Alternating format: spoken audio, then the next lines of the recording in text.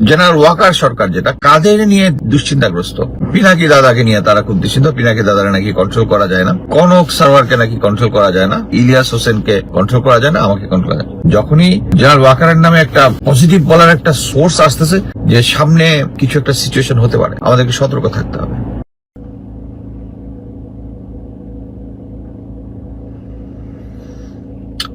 আসসালামু আলাইকুম।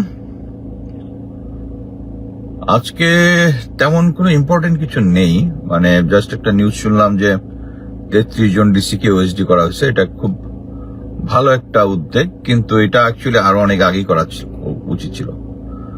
এবং আমি জানি না, সরকার নিশ্চয়ই জেনে বুঝেই করেছেন। এর আগে 64 জেলার ডিসিদেরই তো করা উচিত ছিল। এনিওয়ে, আমি তো মনে করি এটা একটা ভালো উদ্যোগ। আরেকটা জিনিস, আমি একটা ভিডিও দেখলাম কর্নেল হক স্যার, আপনারা জানেন রাওয়ার চেয়ারম্যান, উনি, আমি জানি না, কথা বলতে বলতে একটু বেশি কথা বলে ফেলেন। উনি জেনারেল ওয়াকারকে বললেন যে উনি নাকি ফেরাউনের ঘরে যেরকম মুসা আলাহিসাল্লাম জন্মগ্রহণ করেছিল, ওরকম ওয়াকারুজ্জামান ওখানে জন্মগ্রহণ করেছিল। ওই ফেরাউনের ঘরে, মানে হচ্ছে লালন পালন করা হয়েছিল শেখ হাসিনার ঘরে, এবং উনি আমাদের সেভিয়ার। তো আমি একটা পোস্ট দিয়েছি ফেসবুকে, এটা দেখে নিতে পারেন, যে জেনারেল ওয়াকার নবী হলে তো আবার আল্লাহর ওহি টহি পাইলে উনি আরো কি কি ভালো কাজ করেছেন। এই ইয়ার যে জাতিসংঘের যে রিপোর্টটা বেরিয়েছে, এটার যদি আপনার ক্রাক্সটা দেখেন, আমি ডিটেলসটা এখনো পড়ি নাই, বাট এক্সিকিউটিভ সামারিটা পড়েছি। It is very clear.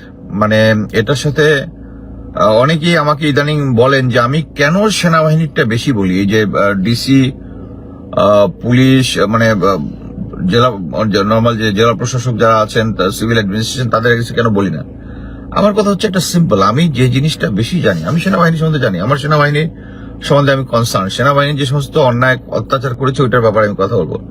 Even যারা প্রশাসনে আছেন তারা তো কেউ গুম খুন করেন না, হ্যাঁ তাদেরকে সাপোর্ট দিয়েছেন, বাট যারা গুম খুন করেছেন তাদেরটা আগে আমাদেরকে এনশিওর করতে হবে। এই কারণে আমি গুম খুনের বিরুদ্ধে, এবং আমার প্রিয় বাংলাদেশ সেনাবাহিনী এটাকে যে এই আয়নাঘরের মাধ্যমে যে কলঙ্কিত করা হয়েছে, আমি অ্যাটলিস্ট 2 জন অফিসারের, রিটায়ার্ড অফিসারের ফেসবুক পোস্ট দেখেছি। আপনার আয়নাঘর যখন দেখলেন, প্রফেসর ইউনুস জাস্ট বলেছে, I feel ashamed of myself, যে আমরা এরকম একটা সেনাবাহিনীতে একটা র্যাঙ্ক ছিল আমার, আমি সেনাবাহিনীর একটা অংশ ছিলাম। সেই সেনাবাহিনী আমরা যখন কমিশন পাই তখন আমরা ওথ নেই, এটা অফিসার হই আর সৈনিক হই, যে র্যাঙ্কেই আমরা জয়েন করি না কেন, আমরা একটা শপথ গ্রহণ করি যে আমরা দেশের জনগণের হেফাজত করব, একটা অংশ। বাট সেই হেফাজত থেকে আমাদের শেখ হাসিনা মোটামুটি ভারতের একটা প্রদেশ বানিয়ে ফেলেছিল। যাক, আমরা সেটা থেকে মুক্ত হয়েছি। তবে রিসেন্টলি যেটা হয়েছে, আমাকে number of retired officer, friends, close associates, civilian close associate, তারা আমাকে ফোন করে আমাকে বোঝানোর চেষ্টা করতেছে যে আমি যে কাজটা করতেছি এটা ঠিক করতেছে না, আমি কাক হয়ে কাকের মাংস খাচ্ছি, মানে এজ এ মিলিটারি এগেনস্টের কথা আর কেউ তো বলে না। আমার কথা হচ্ছে, আর কেউ সত্য বলে না, সেটা তাদের সমস্যা। আমার কথা হচ্ছে, সেনাবাহিনীকে যেভাবে কলঙ্কিত করা হয়েছে সেটা থেকে আমরা মুক্তি চাই। এই মুক্তিটার একমাত্র পথ হচ্ছে যারা এই গুম খুনের সাথে জড়িত তাদেরকে সঠিকভাবে পানিশমেন্টটা নিশ্চিত করা, এবং এটাই জেনারেল ওয়াকার করতে দিচ্ছেন না। তারপরে উনি এখন নবী। আপনারা, আমি আরেকটা জিনিস অবাক হলাম যে লেফটেন্যান্ট জেনারেল মুজিব পালিয়ে গেছে। আপনারাও জানেন, লেটেস্ট আমি কয়েকদিন আগে বললাম, গতকালকে না গত পরশু দিন লিখলাম যে জেনারেল আকবর এবং লেফটেন্যান্ট জেনারেল সাইফুল আলম পালিয়ে গেছে। আমার কথা হচ্ছে, এটা আমি বললাম, কেউ আমাকে বলুক যে আমি ভুল কথা বলছি, ওইটাও বলতেছেন। আমি রেগুলার যে মেইন স্ট্রিম মিডিয়া যেটা আছে, মেইন স্ট্রিম মিডিয়া আমাকে জিজ্ঞেস করুক, আমি তখন একটা পথ দেখাই দিব কিভাবে এটা চেক করতে হবে, বা ঠিক আছে এরকম একটা রিউমার উঠছে, লেটস চেক, মানে তাদের বাসায় আইএসপিআর কাছে একটা বিবৃতি চাওয়া যেতে পারে, গুম কমিশন যারা গ্রেফতারি প্রমাণ দেয় তারা একটা প্রেশার ক্রিয়েট করতে পারে, বাট এটা নিয়ে কিছুই হচ্ছে না। এবং এট দ্য সেম টাইম আমার উপরে প্রেশার ক্রিয়েট করার কিছু চাও, আর একটা ইম্পর্টেন্ট জিনিস, ভেরি ইম্পর্টেন্ট জিনিস, আমি গত কয়েক সপ্তাহে অনেকগুলো কথাবার্তার মধ্যে আমি এখন দেখলাম যে একটা তো জিনিস তো ক্লিয়ার যে জেনারেল ওয়াকারের আন্ডারে ডিজিএফআই আর এনএসআই আছে। তো এটা হচ্ছে বর্তমানে মানে আমাদের নিয়ে তো প্রফেসর ইউনূসের খুব একটা মানে আমরা তার সরকারের জন্য সমস্যা ক্রিয়েট করতেছি তা না, বাট কাদেরকে মানে জেনারেল ওয়াকার সরকার যেটা কাদের নিয়ে দুশ্চিন্তাগ্রস্ত। আচ্ছা, আমাকে নিয়ে দুশ্চিন্তাগ্রস্ত। আমি ভেরি স্মল পার্ট প্লে করি, বাট বড় বড় পার্ট যারা প্লে করে পিনাকি দাদাকে নিয়ে তারা খুব দুশ্চিন্তা। পিনাকি দাদারা নাকি কন্ট্রোল করা যায় না, কনক সার্ভারকে নাকি কন্ট্রোল করা যায় না, ওনারা নিজের মতোই যেটা রাইট মনে করেন সেটা করি। ইলিয়াস হোসেনকে কন্ট্রোল করা যায় না, আমাকে কন্ট্রোল করা যায়। আর বাকি কারো নিয়ে কোনো চিন্তিত বা কারো নিয়ে তাদেরকে চিন্তা নাই তাদের। যাক, ফুড ফর থট। মানে আমার কাছে মনে হলো ইনফরমেশনটা যে বাকি যারা আছে সবাই নাকি it's okay, but only we four. এবং আই এম শিওর যে মেজর দেলোয়ার স্যার আছেন, he is all the same line, হয়তো মেনশন করতে ভুলে গেছেন, বাট বাকিরা not a threat for intelligence organisation, এরকম একটা ফিলিংস। অ্যাকচুয়ালি নাম মেনশন করে বলেছে তো তাই জিনিসটা বললাম। এনিওয়ে, আমি এবং যারা যেটা রাইট সেটাই আমি করে যাব। এখানে একটা জিনিস বুঝতে হবে যে আমি ওই অফিসারের সাথে কথা বলার সময় বলতেছিলাম যে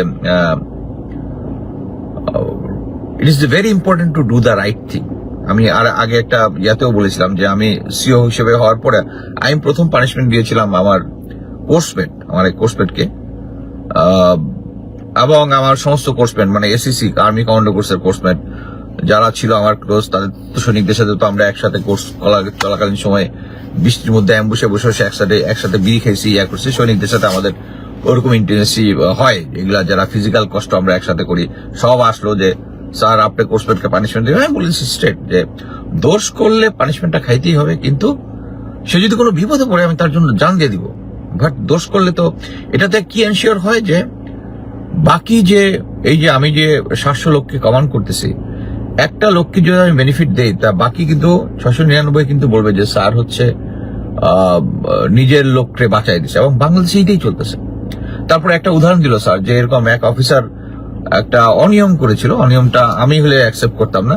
সো সুবেদার মেজর গিয়ে নাকি সিওরে বেল খুলে বলছে স্যার আপনি যদি এই আমার অফিসারে নিয়ে যান, মানে আমার স্যারকে যদি আপনি জিওসির কাছে পানিশমেন্ট দিয়ে নিয়ে যান তাহলে আমি চাকরি করবো না।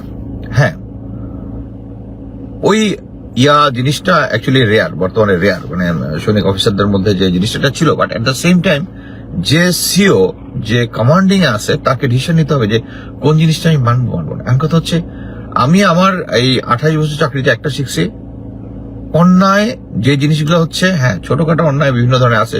এখানে লেট করে আসলো, ওখানে গিয়ে প্রেম করলো, ওখানে গিয়ে একটা ঘাপলা করছে, একটা গার্লফ্রেন্ড রেখে আরেকটার কাছে গেছে, ওখান থেকে কমপ্লেন আসছে। This can be managed, social thing. But গুম খুন আর স্পেশালি টাকা পয়সার অনিয়ম আমি এটা কখনো অ্যাকসেপ্ট করি নাই। সো যারা গুম খুনের সাথে জড়িত তাদের সাথে আমাদের যুদ্ধটা চলতেই থাকবে। আমার কাছে এখন একটা জিনিস মনে হচ্ছে যে হকসার যে স্টেটমেন্টটা দিয়েছে একটা ডেলিভারেটলি মানে কর্নেল জেনারেল ওয়াকারের নামে একটা প্রোপাগান্ডা করতেছে, স্পেশালি মিলিটারি অফিসার যারা আর্মির যে সমস্ত সংস্থা আছে, সেনা কল্যাণ বা আছে, মানে আর্মি সংস্থা চাকরিরত, তাদেরকে অফিসিয়ালি আমার মনে হয় লঞ্চ করা হয়েছে। But will remain strong. যারা গুম খুনের সাথে জড়িত, যাদের পালিয়ে যেতে সাহায্য করছে, এটা জেনারেল ওয়াকারের আমার মনে হয় সময় শেষ। অ্যাকচুয়ালি উনি জেনারেল মঈন আহমেদের পদ দেখবেন না জেনারেল জিয়াউর রহমান, জেনারেল নাম মনে আসতেছে না চিফদের, জেনারেল নাসিম বা অন্যান্য যারা সেনা general Atiq, general Atiq is the most respected general যারা ছিল, তাদের পদ দেখবেন নাকি জেনারেল মঈন আহমেদের পদ দেখবেন, নাকি জেনারেল আজিজের পদ দেখবেন, নাকি জেনারেল শফিউদ্দিনের পদ দেখবেন, জেনারেল ইকবাল করিম ভুঁইয়ার পদ দেখবেন, যারা এই ফ্যাসিস্ট শাসনাকে সার্ভ করেছে। সো এটাই আমি বলতে যাচ্ছি যে আমাদেরকে ফাইটটা জারি রাখতে হবে, এবং যখনই জেনারেল ওয়াকারের নামে একটা পজিটিভ বলার একটা ফোর্স আসতেছে, আমি অ্যাজিউম করি যে সামনে কিছু একটা সিচুয়েশন হতে পারে, আমাদেরকে সতর্ক থাকতে হবে। ধন্যবাদ।